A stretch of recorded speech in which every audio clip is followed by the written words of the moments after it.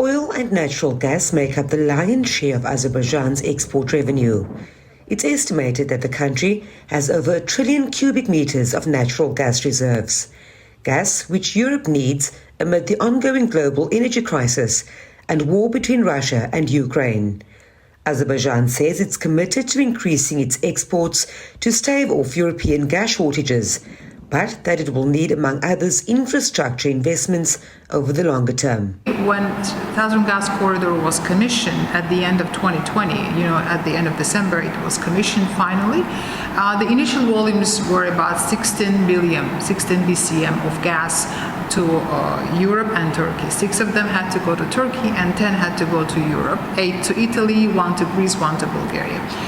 But then what happened is, what we realized is, as to the growing demand of the European continent, our exports actually came out to be more than were initially projected.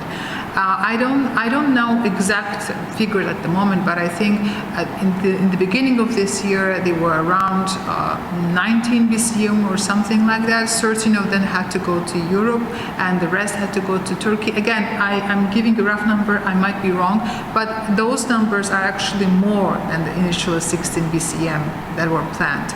According to the International Energy Agency's website, a new analysis report warns that Europe could face a gap of as much as 30 billion cubic meters of natural gas next summer for refilling its gas stores, and that urgent action is required by governments to reduce gas consumption amid the global energy crisis. I would like to tell you is, recently there was a memorandum of understanding signed between the European Union and Azerbaijan about the increase of energy export to Europe, because Europe, as you know, Europe is trying to wean itself off the Russian gas due to the war in Ukraine, and they are looking for alternative sources. Definitely Azerbaijan is one of them.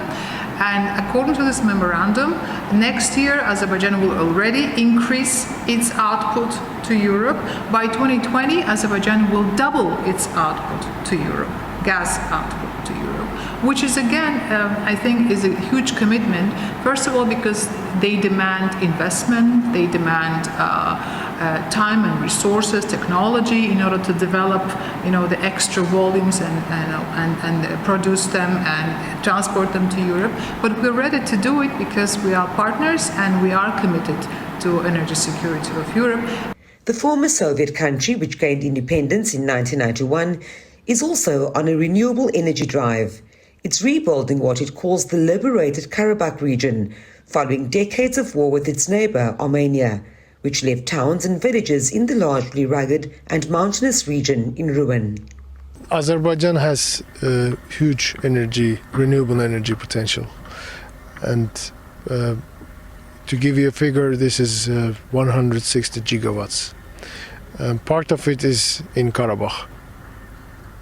500 megawatts from hydro resources and 9,500 megawatts from solar resources. These are the approximate figures, but basically 10 gigawatts from hydro and solar resources in Karabakh.